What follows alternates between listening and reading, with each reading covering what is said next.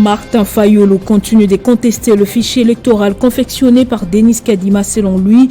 Face à la presse ce mardi, l'opposant du régime actuel et président de l'ECD a dénoncé toute tentative de fraude électorale. 40 morts à la Chopo suite à un conflit communautaire entre les Mbole, les Lengola, Kisangani et plusieurs autres personnes sont portées disparues. Accompagnement médiatique des 9e Jeux de la francophonie à Kinshasa, l'organisateur Isidore Kwanja et le directeur général de l'Espace 50, Jean-Marie Kassamba, ont signé ce mardi un accord de partenariat stratégique. Au Sénégal, l'opposant du président Macky Sall est à 2 doigts d'être écarté de la présidentielle de février 2024. Son inéligibilité est toujours en question après la décision de la justice de les condamner à 6 mois de prison. Ousmane Soko, son avenir n'est plus radieux. Nous rejoignons sur Télé 50, bienvenue à tous. On ne peut pas aller aux élections avec un fichier électoral confectionné par Monsieur Denis Kadima plutôt. Ce sont les propos de l'opposant Martin Fayulu tenus ce mardi lors d'un point de presse animé conjointement avec l'actuel coordonnateur de la coalition politique Lamouka, le professeur Mathieu Kalele. Ils ont profité pour dénoncer toute tentative de fraude électorale. Présentant sa vision devant la presse, l'actuel coordonnateur de la coalition Lamouka, le professeur Mathieu Kalele, n'a pas eu sa langue en poche. Nous demandons à la CENI de la transparence. Nous lui exigeons ce qui suit. Publier le document d'appel d'offres de kits électoraux pour nous permettre d'apprécier la conformité des machines reçues par rapport aux spécifications contenues dans le cahier de charges. Nous devons donc dire non à l'opération porte ouverte de la CENI pour lui faire comprendre que nous ne sommes pas prêts pour l'accompagner dans une opération de nouvelle fraude électorale. Pour sa part, l'opposant Martin Fayulu est revenu sur plusieurs sujets brûlants, partant de l'audit du fichier électoral jusqu'à l'intervention annoncée des troupes de la SADC dans l'est de la République démocratique du Congo. Le problème n'est pas l'audit. Le problème c'est de savoir qu'est-ce que M. Kadima et la CENI ont fait. Ce fichier de 46 700 000 contient quoi exactement? Qu'est-ce que vous allez voir là-dedans? Donc, avant toute opération d'audit, ce sont les questions que le professeur Kalele vient de poser ici, que la COEL a repris plusieurs fois, la coordination des opérations électorales de la MOUCA. Donc, ces questions-là sont des préalables. On ne peut pas aujourd'hui auditer. Oui, nous sommes d'accord pour que les gens se mettent autour d'une table pour savoir qu'est-ce qu'il y a dedans, quels sont les préalables. On ne peut pas aller aux élections avec les fichiers confectionnés par M. Kadima. Et puis une messe des requiem a été dite ce lundi en la cathédrale Notre-Dame du Congo à Kinshasa après le drame survenu à Kaélé, un des territoires du Sud Kivu et qui a coûté la vie de 400 personnes suite aux inondations et glissements de terrain causés par des pluies diluviennes. Une situation qui a donné lieu à un grand élan de solidarité des filles et fils de cette province. Le président du Sénat, Modeste Batilou-Kwebo, des députés et sénateurs, le Premier ministre Jean-Michel Sama, le vice-premier ministre Kamere et d'autres membres du gouvernement ainsi que plusieurs notabilités de la communauté Bashi Bahavu ont pris part à cette messe. Une occasion pour tous de compatir avec les familles des disparus ainsi qu'avec les nombreux sinistrés de cette catastrophe naturelle. Modeste Batilou-Kwebo, grand notable et élu du Sud Kivu et membre de la communauté affectée par cette tragédie, a pris la parole pour remercier le chef de l'État, Félix Tshisekedi, qui, aussitôt informé de cette catastrophe, a instruit le chef du gouvernement pour la prise en charge des obsèques des victimes et l'assistance humanitaire aux nombreux sinistrés. Cette messe, c'est en mémoire justement des défunts, mais également une prière de compassion pour toutes les familles éplorées.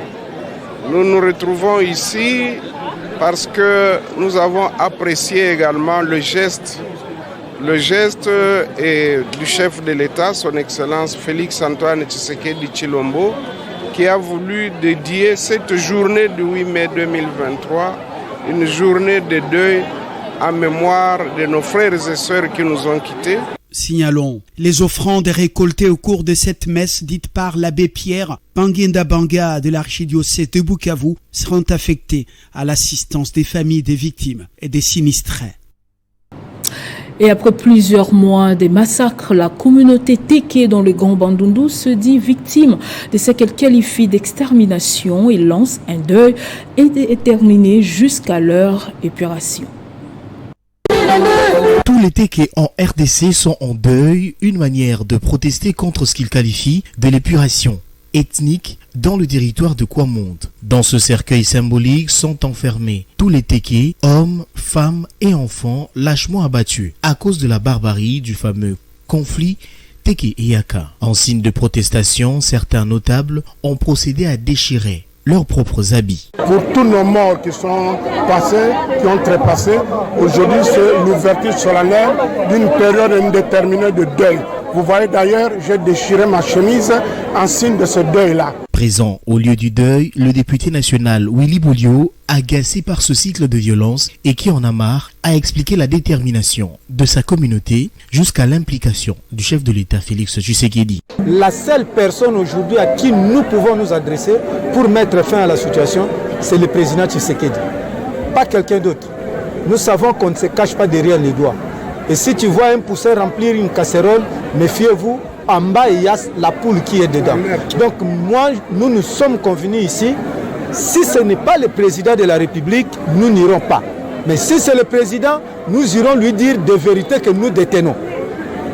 Si ça dépasse un petit moment, il ne le fait pas, nous prendrons acte que le président contribuera à notre malheur. Lancée aujourd'hui, cette période de deuil ne sera terminée que lorsqu'une solution définitive sera trouvée. Et direction la Chopo, une quarantaine de personnes ont trouvé la mort dans un conflit communautaire entre les Mbolé et les Lengola dans la commune urbano-rurale de Lubunga à Kisangani. Et plusieurs autres personnes sont portées disparues depuis le 6 avril dernier, alors que des milliers d'entre elles ont trouvé refuge au bureau communal de Kisangani. Les présumés criminels ont été arrêtés et présentés à la gouverneure Madeleine Komba-Sambangu à l'esplanade du gouvernorat de cette province. Joli coup de filet pour la PNC, les FRDC et les services d'intelligence. 36 présumés criminels qui ont sémé désolation et terreur dans la commune de Lubunga, sous prétexte d'un conflit foncier entre les communautés Mbolé et Lengola, sont tombés dans leur maille. Ils ont été présentés à la gouverneure de province, Madeleine Komba-Sambangu, à l'esplanade du gouvernorat. Par terre sont exposées les munitions de guerre, des cartouches à explosion, des crosses, des calibres 12 ainsi que de machettes. Ceci est le résultat des efforts et stratégies mis en place par l'autorité provinciale, notamment le déploiement de troupes policières et combattantes, ainsi que les moyens logistiques et financiers mis à leur disposition. Sous l'admiration et des ovations de Boyomés et Boyomé, la gouverneure salue la bravoure des forces de l'ordre pour ce grand travail qui entre dans le cadre des efforts du chef de l'État dans la pacification de la partie orientale. azosala makasi mpona kozongisa nanu kinga na est mais biso lisusu na Chopo tolingi tocreye insécurité mosusu toboyi mobulu na Chopo toboyi kobomana. Une chambre foraine sera organisée dans les tout prochains jours pour que chacun réponde de ses actes. Bakoleka na audience foraine biso nyonso tokozala wana bakosambisa bango mutu nyonso azomona.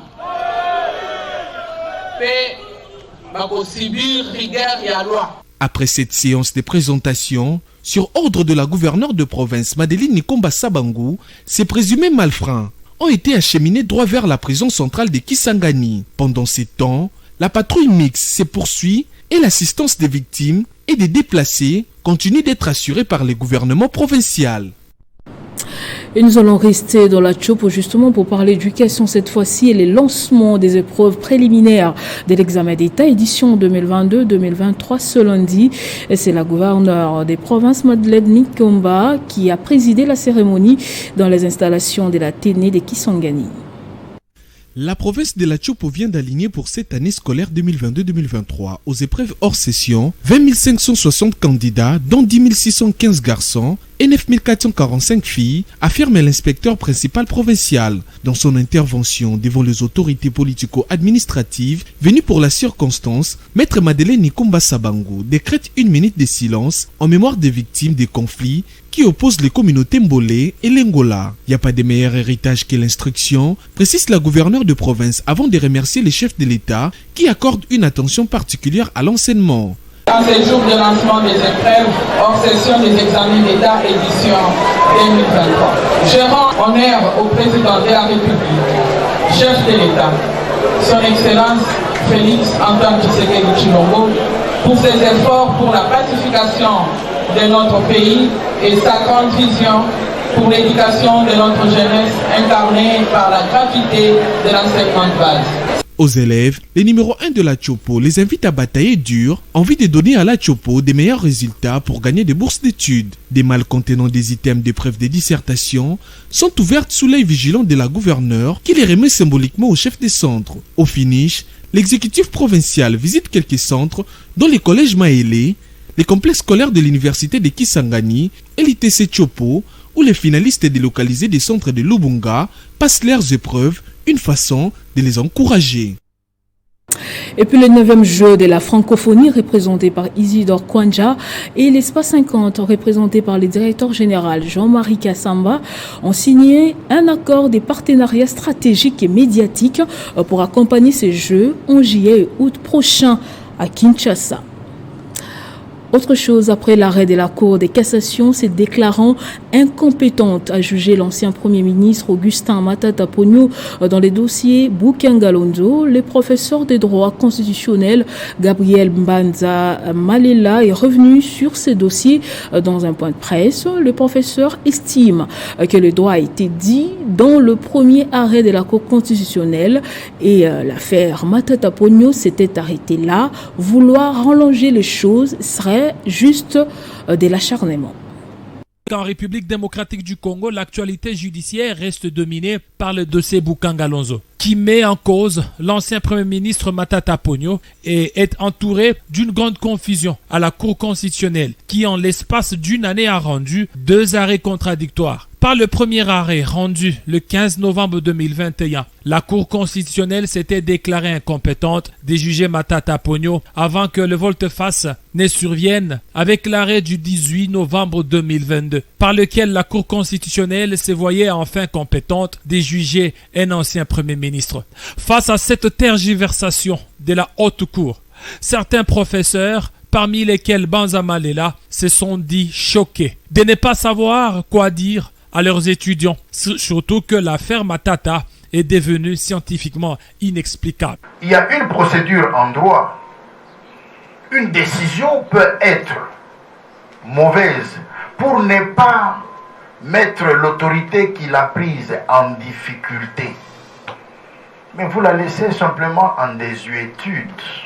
Le professeur Gabriel Malela précise que dans l'arrêt du 18 novembre dernier, il y a apparition de 2 écoles. Il a regretté le fait de mettre les enseignants de droit constitutionnel devant un fait accompli, car ils ne savent pas ce qu'ils vont dire, c'est qu'est-ce qu'ils vont faire. Il y a l'école de l'auteur de la première décision ou du premier arrêt, et il y a aussi l'école de l'actuel arrêt qui vient d'être rendu le 18 septembre 2022. Pour lui, les juristes sont en train de réfléchir qu'est-ce qu'ils vont enseigner aux étudiants. Et même la société qui est en train de suivre. Face à cette réalité, le professeur Banza Malela continue à s'interroger sur comment devrait certainement être appliquée la justice congolaise.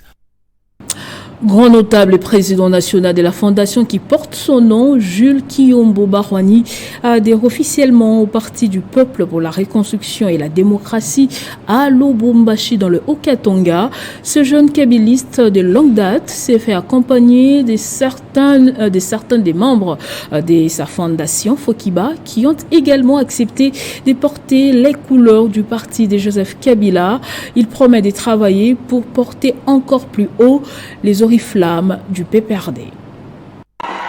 C'est une ambiance exceptionnelle qui a régné au siège provincial du Parti du Peuple pour la Démocratie et le Développement, Fédération du Haut-Katanga. Pour cause, l'un des grands notables de la région, Gilles Barwani, est venu adhérer au parti de Joseph Kabila. Dans sa suite, son épouse et des centaines de membres de sa fondation se sont également engagés à porter les couleurs du PPRD. Accueilli par le membre du comité exécutif fédéral, Gilles Kiyombo Barwani a reçu de main du président fédéral du PPRD, Gilles Panga, les insignes et emblèmes du parti.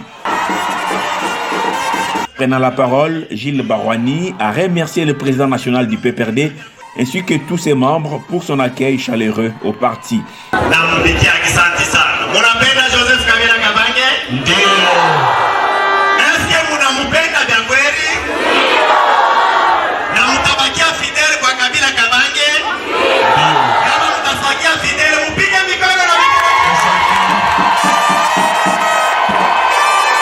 Il promet fidélité et loyauté aux idéaux du PPRD. Et promet, sur l'honneur, de ne jamais trahir le parti, quelles que soient les circonstances.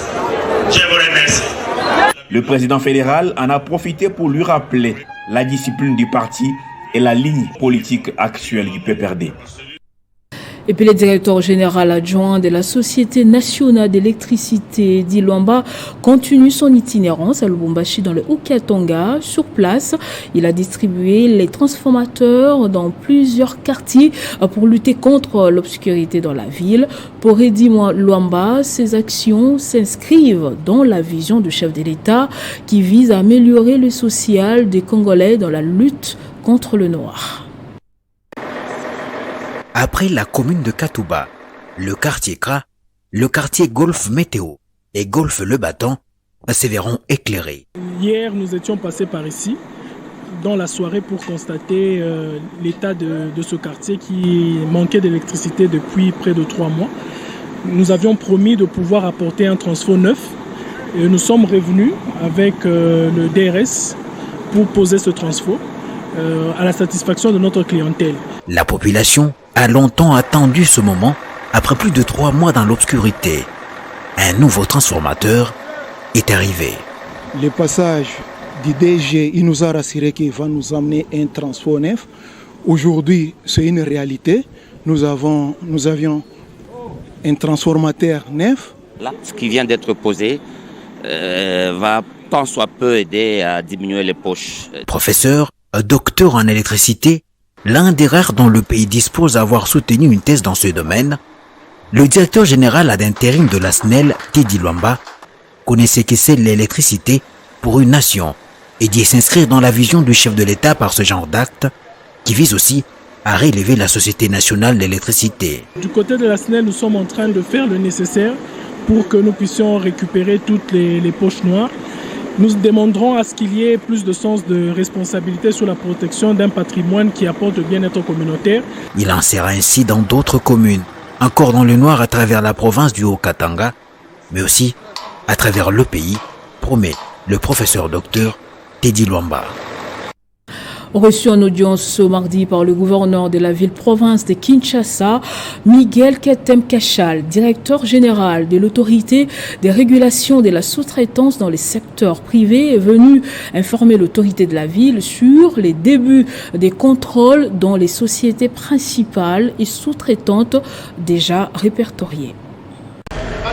C'est dans l'avant-midi de ce mardi 9 mai 2023 que le numéro 1 de la sous-traitance en RDC a été reçu par le gouverneur de la ville-province de Kinshasa.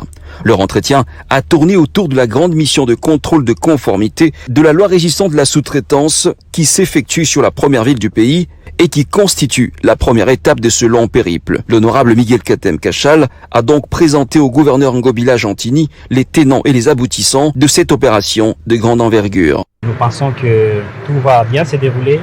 Nous comptons sur leur bonne collaboration. C'est la vision du président de la République, chef de l'État, son Excellence Félix Antoine Tshisekedi Tshilombo, qui aujourd'hui est plus que déterminé pour changer la donne de la sous-traitance dans notre pays. Nous venons d'entrer dans une phase de changement et c'est une phase très historique. La détermination est visiblement grande dans cette quête du rétablissement de l'ordre au secteur de la sous-traitance en RDC. Le gouverneur des provinces a très bien salué les débuts du contrôle et surtout que ça commence dans sa province qui est sa juridiction. Et il y a ceux qui pensaient peut-être que le contrôle ou l'ARSP c'était uniquement dans les sociétés minières. L'autorité de régulation de la sous-traitance n'intervient pas seulement dans les sociétés minières, ça concerne toutes les activités de l'économie nationale. C'est comme ça que nous avons commencé dans la ville-province de Kinshasa et après nous allons entamer notre contrôle dans d'autres provinces. Le DG de la RSP et les gouverneurs de la ville-province de Kinshasa se sont donc accordés en termes de la passerelle de collaboration en perspective d'un meilleur résultat très recherché. Ouverture du séminaire d'orientation budgétaire 2024 à Kinshasa, ces travaux ont pour objectif de renforcer la transparence et la participation citoyenne au travers des débats et échanges pour définir les priorités dans l'élaboration du budget de l'État. C'est le ministre d'État en charge du budget qui a donné le go. Ayant dans ses charges l'élaboration, le suivi et le contrôle de l'exécution du budget du pays, les ministres d'État, ministres du budget, Aimé Boji Sangara, est plus que déterminé à rendre possible cet objectif avec l'élaboration d'une loi de finances qui va répondre à tous les besoins du peuple. Le ministre d'État, ministre du budget, Aimé Boji Sangara, a souligné que le séminaire d'orientation budgétaire est une étape importante du processus budgétaire qui a pour objectif de renforcer la transparence et la participation citoyenne au travers des débats et échanges en vue de définir les priorités et finalités des politiques publiques dans l'élaboration du budget de l'État. Votre présence en ces lieux, malgré vos agendas chargés, est une preuve manifeste de votre attachement aux questions liées à la bonne pratique des finances publiques dans notre pays. Elle prouve à suffisance votre souci d'accompagner le gouvernement de la République dans l'amélioration de la programmation budgétaire afin de poursuivre la mise en œuvre de la vision de son Excellence M. Félix Antoine Tshisekedi Tshilombo, président de la République, chef de l'État, de faire de la RDC un État fort, prospère et solidaire en marche vers son développement à travers le programme d'action du gouvernement piloté par son Excellence M. Jean-Michel Sama Lukonde Kyenge, Premier ministre, chef du gouvernement. Notons que le gestionnaire de caisse de l'État, Aimé Boji Sangara, a signalé que les allocations budgétaires proposées dans le CBMT 2024-2026 sous examen tiennent compte des priorités stratégiques des secteurs sociaux, de ceux disposant des lois, des programmations, des grandes réformes et des ressources innovantes. Il s'agira notamment des secteurs de la santé, de l'éducation et de l'agriculture. Et puis rendons-nous au Kwilu, précisément dans les territoires des Massi Manimba, où la Fondation Jonas Mungala multiplie les actions sociales pour le développement de cette partie du pays. Et la population des Massi Manimba s'en réjouit. Les détails dans cet élément. La fondation Les Amis de Jonas Mungala poursuit ses actions sociales à Massi Manimba dans la province du Kwilu, où une série de formations a été organisée pour le développement du territoire de Massi Manimba et l'autoprise en charge. Jonas Mungala, président de la fondation qui porte son nom, a également remis un lot important des vivres et des matériels utilisés pour lutter contre les érosions et l'insalubrité dans les différents secteurs que compte le territoire de Massi Manimba. Fondation qui œuvre dans le territoire de Massi Manimba dans la grande province du Kwilu.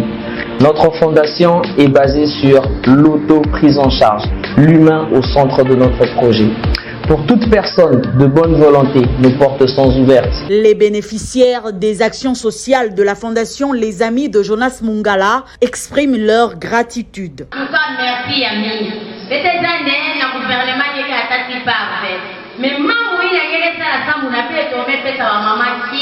La Fondation Les Amis de Jonas Mungala, qui se dit ouverte à collaborer avec toute personne de bonne volonté, a également pris part à la cérémonie de la sortie officielle de l'Union sacrée au Stade des Martyrs. Direction le Sénégal, je l'ai dit au sommaire, Ousmane Sonko, l'opposant au président Macky Sall, est à deux doigts d'être écarté de la présidentielle de février 2024. Son inéligibilité toujours en question après la décision de la justice de les condamner à 6 mois de prison en appel. Son dernier recours est un pourvoi en cassation. Récit de Gaëtan Koubaborandi. La décision de la justice est tombée le lundi. L'opposant à Macky Sall écope de 6 mois de prison avec sursis en appel, une peine alourdie comparativement au verdict en première instance. Si cette décision est confirmée, le politicien sera définitivement écarté de la présidentielle de 2024 pour inéligibilité. Pour cela, l'opposant a 6 jours pour se pourvoir en cassation. Son procès s'est tenu en son absence, Ousmane Sonko ayant annoncé dès dimanche 7 mai au soir qu'il ne serait pas présent. Le politicien de 48 ans doit également payer une amende de 300 000 € de dommages et intérêts au plaignant, le ministre du Tourisme Mamé Mbaye Niang. C'est lui qui l'a traîné en justice après s'être senti diffamé et injurié publiquement. Mais le troisième à la présidentielle de 2019 accuse le pouvoir d'instrumentaliser la justice pour l'empêcher de se présenter à la présidentielle de 2024. Ousmane Sonko dénonce un complot pour l'écarter de la scène politique et rappelle sa campagne à la désobéissance civique contre la justice. L'homme politique est aussi accusé de viol dans un autre procès dont la première audience doit se tenir le 16 mai prochain. Ces procès ont souvent été source de tensions au pays en raison de la forte mobilisation de ses sympathisants. Et ce journal est terminé, place au rappel des titres. Martin Fayoulou continue de contester le fichier électoral confectionné par Denis Kadima. Selon lui, face à la presse ce mardi, l'opposant du régime actuel et président de l'ECD a dénoncé toute tentative de fraude électorale. À la Chopo, 40 morts suite à un conflit communautaire entre les Mbolé, l'Engola, Kisangani et plusieurs autres personnes sont portées disparues. Les présumés criminels ont été présentés à la gouverneure. Accompagnement médiatique des 9e Jeux de la francophonie à Kinshasa, l'organisateur Isidore Kwanja et le directeur général de l'Espace 50 Jean-Marie Kassamba ont signé ce mardi un accord de partenariat stratégique. Au Sénégal, Ousmane Sonko, l'opposant au président Macky Sall, est à des doigts d'être écarté de la présidentielle de février 2024. Son inéligibilité est toujours en question après la décision de la justice de les condamner à 6 mois de prison en appel. Merci de nous avoir suivis de partout. L'information reste en continu et en temps réel sur votre télévision.